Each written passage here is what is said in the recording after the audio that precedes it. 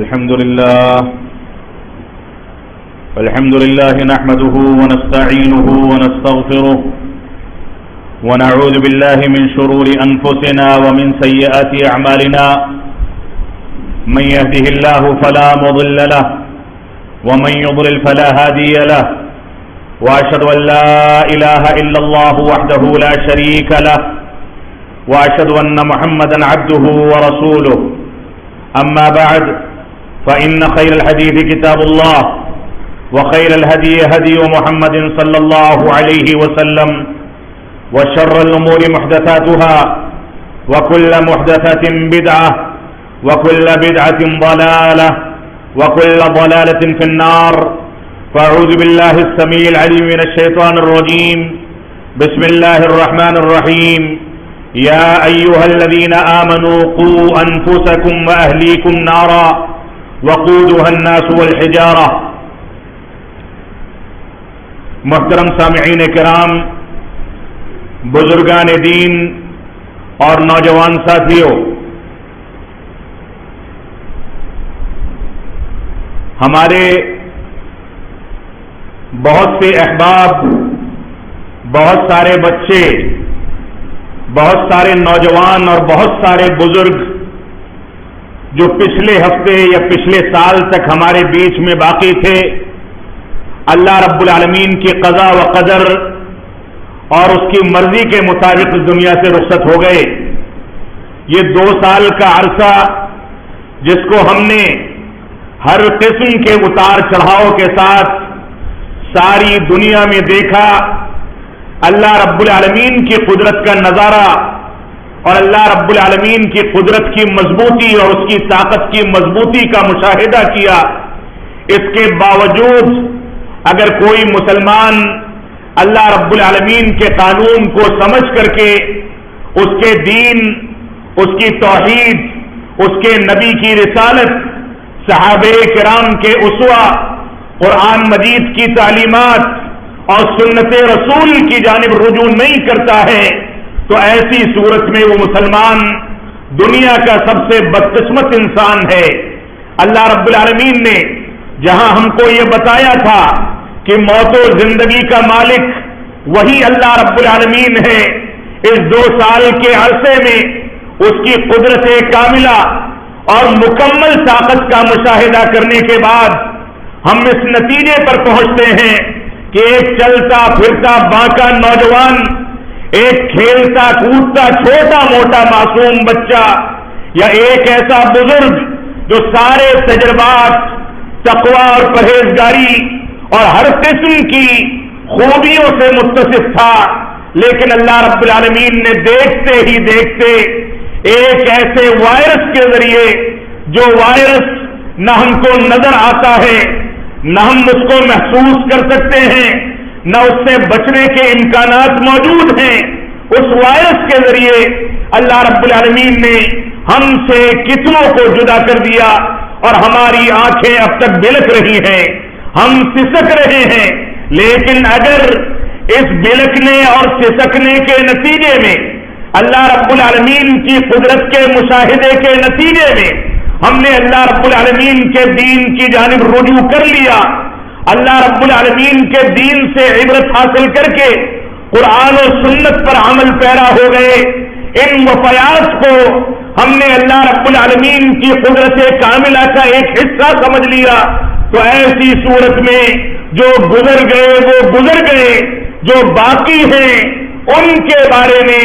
اچھی پالیسی، دینی تربیت،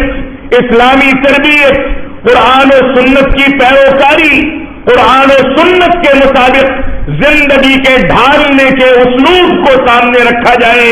تو ایسی صورت میں ہم اس نتیجے پر پہنچتے ہیں کہ جو اللہ رب العالمین کی مقدر کردہ زندگی لے کر کے آیا تھا وہ گزر گیا،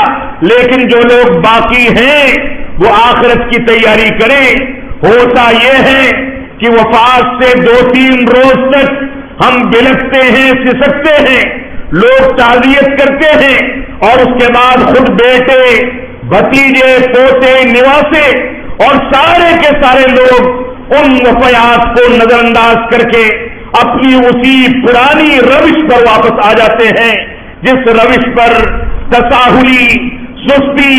دین اسلام کی تعلیمات سے دوری کے نتیجے میں وہ پہلے بے راہ روی کی زندگی گزار رہے تھے۔ ایک مومن اور مسلمان کی یہ ذمہ داری ہے کہ وہ قرآن و سنت کی روشنی میں اپنی زندگی کو ڈھالے۔ اللہ رب العالمین نے اسی وجہ سے ارشاد فرمایا، یا ایھا الذین آمنوا قوا انفسکم واہلیکم نارا وقودھا الناس والحجارہ، اے ایمان والو، اپنی آل اولاد کو، اپنے نفس کو، اپنے آپ کو اس جہنم کی آگ سے بچاؤ جس جہنم کا ایندھن انسان ہوں گے۔ وہاں لکڑیاں ڈال کر کے آگ کو بھڑکایا نہیں جائے گا، بلکہ اس آگ کو بھڑکانے کے لیے انسانوں کو اس میں جھونکا جائے گا۔ پتھروں سے وہ آگ لپٹیں مار کر کے اوپر اٹھے گی۔ اس آگ کی گرمی کے بارے میں علماء کرام نے لکھا ہے کہ اگر اس کی ایک چنگاری اس دنیا میں برس جائے، ایک چنگاری دنیا پر پھینک دی جائے، تو دنیا میں ہریالی، کھیتی باڑی، درخت اور اس انداز کی کوئی بھی چیز قیامت تک نہیں پنپ سکتی، نہ اگ سکتی ہے۔ اور آپ سوچیں کوئی سے چنگاری کے نتیجے میں جب ہریالی بالکل نیست و نابود ہو جائے گی تو انسان بھی تباہ ہو جائے گا، جانور بھی تباہ ہو جائیں گے، اس دنیا میں رہنے والی مخلوق تباہ و برباد ہو جائے گی۔ اس جہنم کے ایندھن کا تذکرہ اللہ رب العالمین نے یہاں کر کے ہم کو حکم دیا کہ ہم اپنے آپ کو، اپنی آل اولاد کو اس جہنم کی لپٹوں سے، اس کی شدت رکھنے والی آگ سے بچا لیں۔ اللہ رب العالمین نے فرمایا، یا ایھا الذین آمنوا قوا انفسکم واہلیکم نارا وقودھا الناس والحجارہ، اے لوگوں سن لو کہ تم اللہ رب العالمین کی اس آگ سے اپنے آپ کو، اپنی آل اولاد کو بچاؤ جس آگ کا ایندھن خود انسان اور پتھر رکھے گئے ہیں، اس میں لکڑیاں نہیں جھونکی جائیں گی۔ اس وجہ سے ہم کو آل اولاد کی اسلامی تربیت پر خصوصی توجہ دینی چاہیے۔ موجودہ دور کا المیہ، موجودہ دور کے فتنے، موجودہ دور میں دشمنان اسلام کی جانب سے مسلمانوں پر آئے دن نئے نئے فتنوں کے ذریعے، نئے نئے ہتھیاروں کے ذریعے، نئے نئے نہ جانے کون کون سی تدبیروں اور سازشوں کے ذریعے آج جو مسلمانوں پر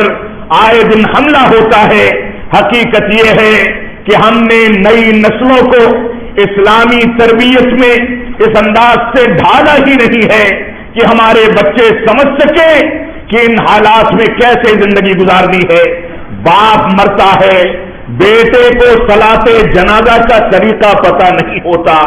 گھر کا کوئی بزرگ وفات پاتا ہے، گھر کے افراد علماء کو تلاش کرتے ہیں کہ وہ آ کر کے ہماری رہنمائی کریں، ہماری رہنمائی کر کے ہم کو بتائیں کہ کس انداز سے ان کے آخری رسومات ادا کرنے ہیں، تدفین کے احکامات کیا ہیں، اور اسی طریقے سے کفن کیسے پہنایا جائے، غسل کیسے دیا جائے، نماز جنازہ کیسے پڑھی جائے۔ ہماری تربیت کا پہلو اتنا زیادہ کمزور ہے کہ ہم تصور نہیں کر سکتے۔ موجودہ دور میں ماضی قریب سے لے کر کے یہ 3-4 سال کے فتنوں کو دیکھ لیا جائے، مسلمانوں کو جس انداز سے نشانہ بنایا جاتا ہے، مسلمان اس سے جوجھ رہا ہے، لیکن مسلمان کو یہ نہیں پتا کہ ماضی میں ہمارے اسلاف نے اس سے بڑے بڑے فتنوں کا سامنا کیسے کیا تھا، وہ لوگ کیسے نبرد آزما ہوتے تھے، دشمنان اسلام کا سامنا کیسے کرتے تھے۔ ہم کو اس بات کا اندازہ نہیں ہے۔ ہمارے بچے مسجدوں کو آباد کرنا نہیں جانتے، لیکن رات کی تاریکی تک پوری رات اپنے شہروں میں، گلیوں کے نکڑوں پر، آفسوں میں، اسکولوں کے باہر، گھروں کے باہر اپنے دوستوں احباب کے ساتھ پوری رات کو گزارنے کا ہنر جانتے ہیں۔ وہ جانتے ہیں کہ بیڑی سگریٹ کہاں پی جائے، وہ جانتے ہیں کہ نشہ آور چیزوں کا استعمال کہاں کیا جائے، وہ جانتے ہیں کہ خواتین پر غلط نظری کیسی ڈالی جائے، وہ جانتے ہیں کہ لوگوں کے ساتھ چھیڑ چھاڑ کیسے ہو، لیکن اگر ان کو نہیں پتا ہے تو یہ نہیں پتا ہے کہ اللہ رب العالمین رات کے آخری پہر میں آسمان دنیا پر نازل ہو کر کے یہ فرماتا ہے کہ کوئی استغفار کرنے والا ہے تو اٹھ کر کے مجھ سے مانگے، تو وہ استغفار کرے، کسی کو کسی چیز کی ضرورت ہے تو مجھ سے سوال کرے، میں نوازنے کے لیے تیار ہوں۔ ہماری نئی نسلوں کو ان نزاکتوں کا کوئی علم نہیں، رات کے دیر دیر تک کے اوقات میں جاگنے والے نئی نسل کے بچے صلاۃ فجر میں آرام سے چادریں تان کر کے سونے والے نئی نسل کے بچے کیسے نبرد آزما ہوں گے جن کو نہ صلاۃ جنازہ کے احکام سے واقفیت ہے، نہ پنج وقتہ نمازوں سے واقف ہیں، نہ قرآن مجید کی تلاوت سے واقف ہیں، نہ یہ جانتے ہیں کہ پاکی ناپاکی کے احکامات کیا ہیں۔ اور اس کے بعد ہمارے معاشرے میں چند ایسے عناصر اٹھتے ہیں جو ان کے جذبات کا ناجائز فائدہ اٹھا کر کے ان کو بھڑکاتے ہیں، جہاد پر ابھارتے ہیں، نہ جانے کون کون سی شدتیں سکھاتے ہیں، جس کو طہارت کے مسائل نہ پتا ہو، جو نماز سے واقف نہ ہو۔ آج کے معاشرے کا مکمل خلاصہ یہ ہے کہ طہارت حاصل کرنا معلوم نہیں ہے، لیکن جذباتیت میں کسی پر حملہ کرنا ہو، جذباتیت میں کوئی بیان دینا ہو، جذباتیت میں ٹی وی اسکرین یا کسی نیوز چینل کا حصہ بننا ہو، تو ہمارے نوجوان اس میں سب سے آگے نظر آتے ہیں۔ معاف فرمائیں گے، یہ جذباتیت کا مسئلہ نہیں ہے، معاف فرمائیں گے، یہ ایسی پالیسی نہیں ہے کہ جس کو جیسے چاہے چھوڑ دیا جائے، بلکہ ہر چیز کے لیے، ہر میدان کے لیے اشخاص ہونے چاہیے، ہمارے بچوں کی اسلامی تربیت ہونی چاہیے۔ تو اللہ رب العالمین نے فرمایا اس آگ سے اپنے بچوں کو اور اپنے آپ کو ڈراؤ جس آگ کا ایندھن پتھر اور انسان ہوں گے۔ آج اسلامی تربیت کی کمزوری کا نتیجہ ہے کہ ہمارے بچے نہ توحید سے واقف ہیں، نہ شرکیات سے واقف ہیں۔ ہمارے بچوں کی اسلامی تربیت کا تقاضا ہے کہ ان کو توحید کی تعلیم سے واقف کرایا جائے، ان کو بتایا جائے کہ توحید ربوبیت کا مفہوم کیا ہے، ان کو بتایا جائے کہ توحید الوہیت کا مفہوم کیا ہے، ان کو بتایا جائے کہ توحید اسماء و صفات کی حقیقت کیا ہے، ان کو بتایا جائے کہ اگر قبرستان جاتے ہیں تو وہاں پر کون سی چیزیں حلال ہیں، کون سی چیزیں حرام ہیں، وہاں جانے کے آداب کیا ہیں، دعائیں کیا ہیں، کس انداز سے قبر کے سامنے کھڑا ہوا جاتا ہے، کیسے مٹی دی جاتی ہے، کیسے عبرت حاصل کی جاتی ہے۔ نئی نسل کے بچوں کو توحید کی تعلیمات سے مکمل طور سے واقف کرانا ہمارے بڑوں کی، ہماری جماعتوں کی، ہمارے بزرگوں کی، ہمارے ماں باپ کی، ہمارے بھائیوں کی، ہمارے گھر کے بڑوں کی ذمہ داری ہے کہ وہ اس انداز سے بچوں کی تربیت کریں کہ وہ توحید کو سمجھ سکے اور توحید کے ساتھ ساتھ شرک کی آلائشوں سے، شرک ربوبیت کی آلائشوں سے، شرک اکبر کی آلائشوں سے، شرک اکبر کی آلائشوں سے، شرک الوہیت، شرک اسماء و صفات اور شرک کی تمام قسموں سے اپنے آپ کو محفوظ رکھ سکیں۔ یہ شرک ہماری زندگی میں جس انداز سے گھستا چلا جا رہا ہے، ہم کتنا بھی دعویٰ کر لیں کہ ہم اہل توحید میں سے ہیں، ہم کتنا بھی دعویٰ کر لیں کہ ہمارا تعلق جماعت اہل حدیث اور قرآن و سنت کی حامل جماعت سے ہے، لیکن نئی نسلوں میں نہ اس بات کا شعور ہے اور نہ وہ اس بات سے واقف ہیں کہ وہ قرآن و سنت کے تقاضوں کو سمجھ سکیں، توحید کے تقاضوں کو سمجھ سکیں، شرکیات سے بچ سکیں، اتباع رسول کے تقاضوں کو سمجھ سکیں۔ آج تقلید شخصی نے اور تقلید شخصی کے مختلف عناصر نے ہمارے معاشرے کو دیمک کے طریقے سے چاٹ کر کے ختم کر دیا۔ ہمارے سامنے اللہ کے نبی صلی اللہ علیہ وسلم کا طریقہ، آپ کی تعلیمات، آپ کے احکامات موجود ہیں، اس کے باوجود ہم علماء اور ائمہ کے پیچھے دوڑ کر کے اپنی اسلامی زندگی کو تباہ کرتے ہیں، تو تربیت کا پہلا پہلو یہ ہے کہ ہم نئی نسلوں کی توحید کی بنیادوں پر تربیت کریں۔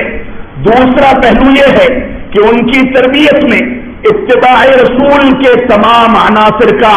مکمل پاس و لحاظ رکھا جائے، ان کو بتایا جائے کہ اللہ کے نبی صلی اللہ علیہ وسلم نے اگر کسی بات کا حکم دے دیا، کسی چیز سے روک دیا، تو اس کو اپنا لینا، یا روکی گئی باتوں سے رک جانا، یا جن چیزوں کا جو طریقہ بتا دیا ہے اس کے مطابق زندگی کو ڈھالنا، یہ ہماری ذمہ داری ہے۔ اس میں کسی کی شرکت اسی طریقے سے ناقابل قبول اور ناقابل برداشت ہے جیسے اللہ رب العالمین کی وحدانیت میں،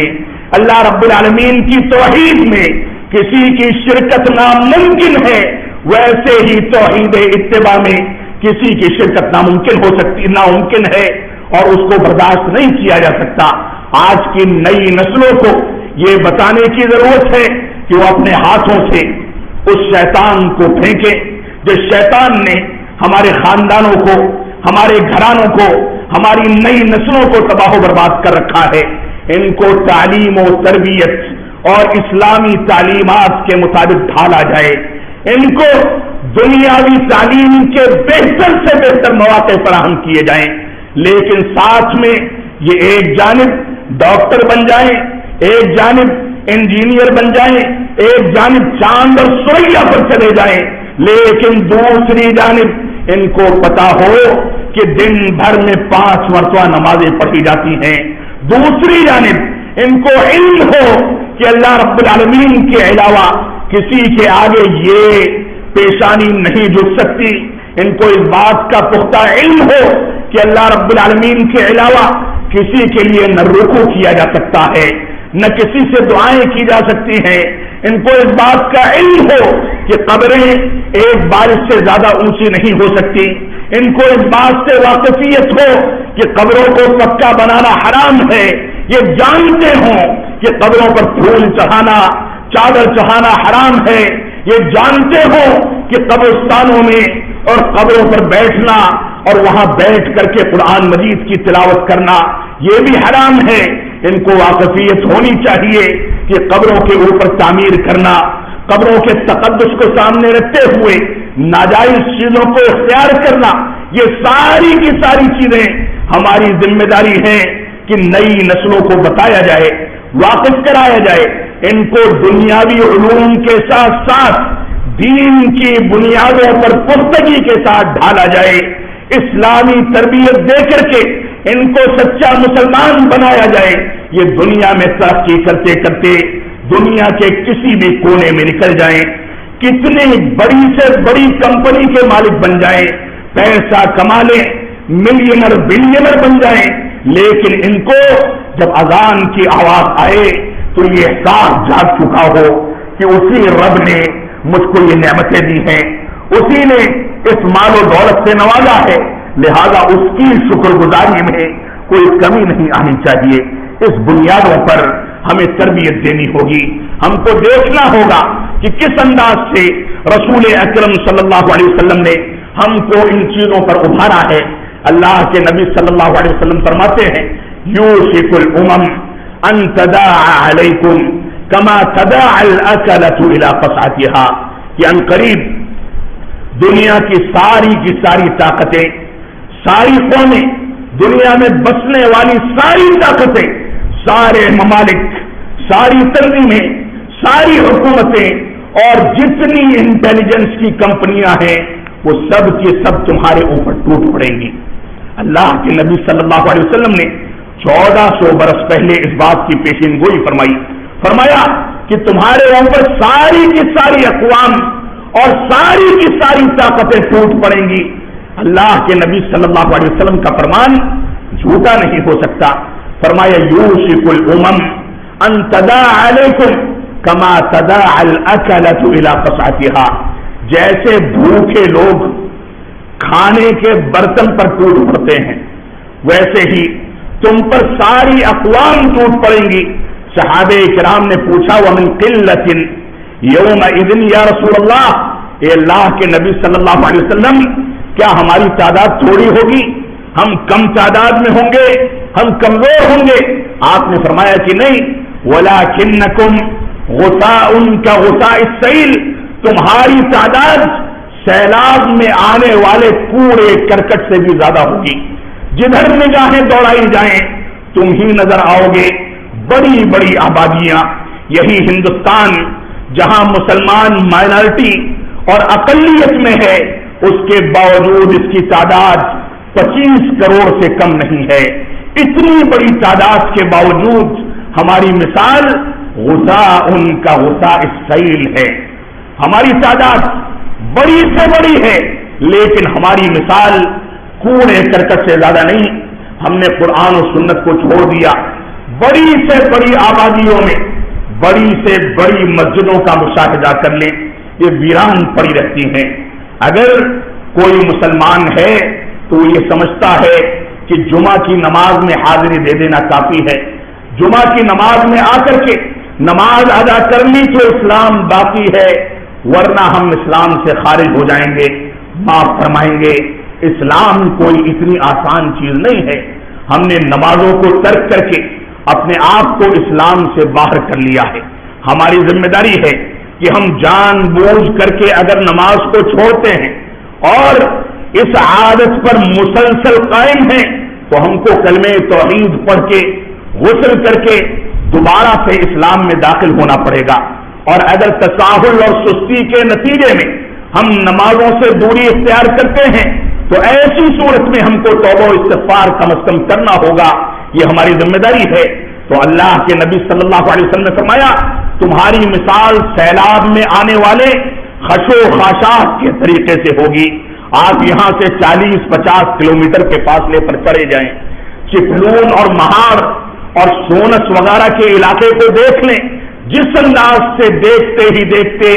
آسمان سے برسنے والے پانی نے ہم کو تباہ و برباد کیا ہے، اس کا کوئی اندازہ نہیں کر سکتا۔ تو اللہ کے نبی صلی اللہ علیہ وسلم نے فرمایا، تمہاری مثال کوڑے کرکٹ کی طریقے سے ہوگی، لیکن اللہ رب العالمین تمہارے اندر وہن اور کمزوری ڈال دے گا۔ صحابہ کرام نے پوچھا، ومل وہن یا رسول اللہ، اے اللہ کے نبی صلی اللہ علیہ وسلم یہ وہن کیا چیز ہے؟ تو آپ نے فرمایا، حب الدنیا و کراہیت الموت، دنیا سے بے جا محبت کرنا اور موت سے بے جا طریقے سے ڈرنے لگنا۔ آج کوئی بھی مسلمان اپنی گریبان میں جھانک کر کے سوچے،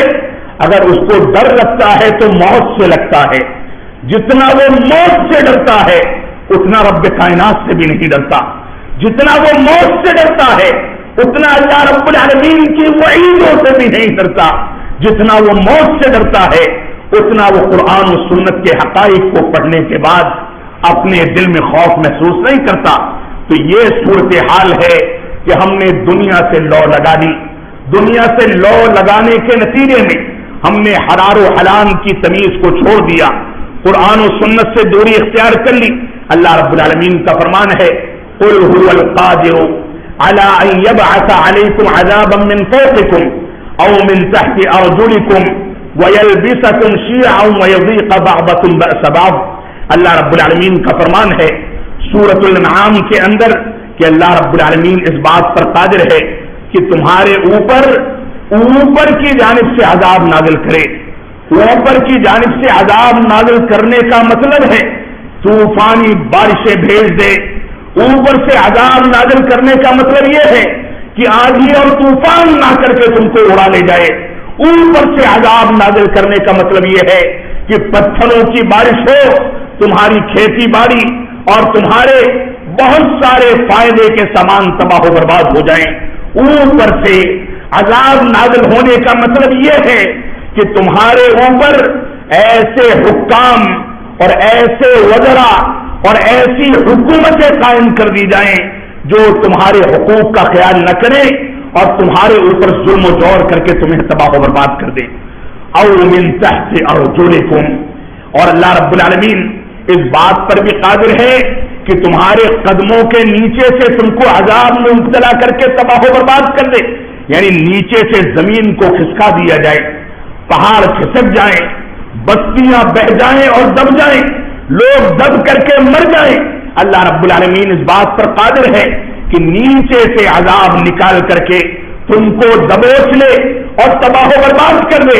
اس وجہ سے تم اللہ رب العالمین سے ڈرتے رہو۔ نیچے سے عذاب نازل کرنے کا ایک مفہوم یہ بھی ہے کہ زلزلے آ جائیں، سونامی آ کر کے ہم کو تباہ و برباد کر جائے، لہریں اور پانی کا بہاؤ ہم کو بہا لے جائے، اور نیچے سے عذاب آنے کا ایک مفہوم یہ بھی ہے کہ تمہارے ماتحتی میں کام کرنے والے امانت داری کو، ایمانداری کو، حلال خوری کو چھوڑ کر کے اپنی مرضی کی زندگی گزارنے لگیں۔ تم جب تک ڈنڈا لے کر کے کھڑے رہو وہ صحیح سے چلے، اور جیسے ہی تم نگاہوں سے اوجھل ہو جاؤ وہ شریعت کی مخالفت کر کے خود تمہاری ماتحتی میں تمہارے پیر کے نیچے گڈھے کھودنے لگیں۔ یہ ساری کی ساری صورتیں آج ہم اپنے معاشرے کے اندر دیکھ سکتے ہیں، ان کا مشاہدہ کر سکتے ہیں۔ تو ہماری ذمہ داری ہے کہ ہم اللہ رب العالمین کے بتائے ہوئے طریقے پر چلیں۔ وقت زیادہ ہو رہا ہے، ورنہ میں تربیت اولاد پر مزید گفتگو کرنا چاہتا تھا۔ تربیت اولاد ایک ایسا پہلو ہے جس میں زندگی کے تمام مراحل میں اللہ رب العالمین نے اور رسول اکرم صلی اللہ علیہ وسلم نے ہم کو تفصیلی حکم دیا۔ خطبہ نکاح میں بار بار تقویٰ کی تلقین کی گئی، مجامعت اور مباشرت کے وقت کی دعا میں شیطان رجیم سے پناہ مانگنے کا حکم دیا گیا۔ مباشرت کے پہلے حجر عروسی میں اور خلوت میں جانے کے وقت میں میاں اور بیوی کو نفلی نمازیں ادا کر کے اللہ رب العالمین سے قربت اختیار کرنے کا حکم دیا گیا۔ حمل ٹھہرنے کے بعد محدثین کہتے ہیں کہ پیٹ میں پلنے والے بچے کے لیے ماں کو کثرت کے ساتھ دعا کرنی چاہیے۔ ماہواری کی آلائشوں سے، ناپاکی سے اللہ رب العالمین نے اس کو 9 مہینے کے لیے نجات دی تاکہ وہ تلاوت کر سکے، نوافل کی ادائیگی کر سکے، بچے کے لیے دعائیں کر سکے، اور یہ بچہ پیٹ سے ہی تربیت کو قبول کرتا ہے۔ ولادت کے بعد کے مرحلے میں اللہ کے نبی صلی اللہ علیہ وسلم نے فرمایا مروا اولادکم بالصلاۃ وهم ابناء 7 واضربوهم وهم ابناء 10 وفرقوا بین المضاجع۔ اللہ کے نبی صلی اللہ علیہ وسلم فرماتے ہیں اپنے بچوں کو 7 سال کی عمر میں نماز پڑھنے کا حکم دو، مسجدوں میں ساتھ میں لے کر کے آیا کرو، اور جب 10 سال کے ہو جائیں اور 3 سال کی تربیت، 3 سال کی ٹریننگ کے باوجود وہ نمازوں سے قریب نہ ہو سکے، مسجدوں کو آباد نہ کر سکے، اللہ رب العالمین کے حقوق کو ادا نہ کر سکے، تو ایسی صورت میں ان کو مارو اور سزائیں دو تاکہ ان کے سامنے یہ واضح ہو جائے کہ ایسے بچے جو اپنے پیدا کرنے والے کے حقوق کو ادا نہیں کر سکتے وہ ہمارے خاندانوں کا حصہ نہیں بن سکتے، امن و سکون کی زندگی نہیں گزار سکتے۔ یہ سارے کے سارے مراحل اسلامی تربیت کے ہیں، جبکہ حقیقت یہ ہے کہ بچے کے اوپر عبادات اور نمازیں نہ 7 سال کی عمر میں واجب ہوتی ہیں، نہ 10 سال کی عمر میں واجب ہوتی ہیں، لیکن یہ تربیت کا 3 سالہ کورس اور اس کے بعد 10 سال کی عمر کے بعد سے لے کر کے بلوغت تک کا مرحلہ، یہ مکمل مراحل صرف اس بات کی تربیت کے مراحل ہیں کہ بچہ اس بات کو سمجھ سکے کہ اس دنیا میں ہماری پیدائش کا مقصد کیا ہے۔ اللہ رب العالمین نے فرمایا وما خلقت الجن والانس الا لیعبدون، کہ ہم نے انسانوں کو اور جناتوں کو اپنی عبادت کے لیے پیدا کیا ہے، اپنی توحید کے تقاضوں کی تکمیل کے لیے پیدا کیا ہے۔ تو ان بچوں کی تربیت ان ترتیبات پر، ان مراحل کے ساتھ کرنا ہر بڑے کی ذمہ داری ہے۔ ان بچوں کو بتایا جانا چاہیے کہ حلال و حرام کے درمیان کیا فرق ہے۔ اگر یہ حرام کا لقمہ اپنے منہ میں ڈالیں گے تو ان کی عبادتیں فاسد ہو جائیں گی، ان کی دعائیں قبول نہیں ہوں گی۔ اس وجہ سے یہ حلال پر اکتفا کریں، اور حلال پر اکتفا کرنے والے کی زندگی ہمیشہ بابرکت ہوتی ہے۔ ہم دیکھتے ہیں ہمارے معاشرے میں شادی بیاہ کے رسم و رواج میں، ایک دوسرے سے لین دین میں تجارت میں، کاروبار میں، معاملات میں، ہر چیز میں آج ایسے افراد غالب ہیں اور ہر جگہ پر چھائے ہوئے ہیں جو حلال و حرام کی تمیز کو کھو چکے ہیں۔ نتیجہ کیا ہے؟ نتیجہ یہ ہے کہ اسپتالوں میں لاشوں کے سودے ہونے لگے، نتیجہ یہ ہے کہ مریضوں کے ساتھ سودے بازیاں کی جانے لگی، نتیجہ یہ ہے کہ ہم چلتے پھرتے میت میں ہوں، زندوں کی زیارت کر رہے ہوں، کہیں جا رہے ہوں، کہیں سے آ رہے ہوں، ہر جگہ پر اپنے مفاد کے لیے سوچتے ہیں، قوم کے مفاد کے لیے سوچنا ہم نے چھوڑ دیا ہے۔ ایسی صورت میں ہمارے اوپر جو زوال آیا ہے، اللہ رب العالمین کا جو عذاب آیا ہے، یہ عذاب واقع ہونا یقینی ہے۔ اللہ کے نبی صلی اللہ علیہ وسلم فرماتے ہیں کہ میری امت کے اندر زمین کے دھسنے کا، چہروں کے تبدیل ہونے کا اور آسمان سے پتھروں کی بارش ہونے کا بہت سارے واقعات نمودار ہوں گے اور یہ عذاب بار بار نازل ہوگا۔ صحابہ کرام نے پوچھا یہ کب ہوگا؟ فرمایا جب گانا بجانے والے، موسیقی کو استعمال کرنے والے، گانا بجانے والی لڑکیاں عام ہو جائیں، شراب پی جانے لگے، بیڑی سگریٹ کے اور تمباکو اور کھینی کے لوگ عادی ہو جائیں، نشہ آور چیزوں کو نام بدل بدل کر کے استعمال کیا جانے لگے، حلال و حرام کی تمیز کو چھوڑ دیا جائے، تو ایسی صورت میں زلزلے بھی آتے ہیں، زمینیں بھی دھستی ہیں، پتھروں کی بارش بھی ہوتی ہے اور موسیقی سننے والوں کے چہرے انسانوں سے بدل کر کے، بے رونق کر کے بندروں جیسے بنا دیے جاتے ہیں، جس کا مشاہدہ ہم آرام کے ساتھ آج کے معاشرے کے اندر کر سکتے ہیں۔ اللہ رب العالمین ہم کو موسیقی سے، شرک و بدعات سے، ہر قسم کے خرافات سے، ہر قسم کے گناہوں سے،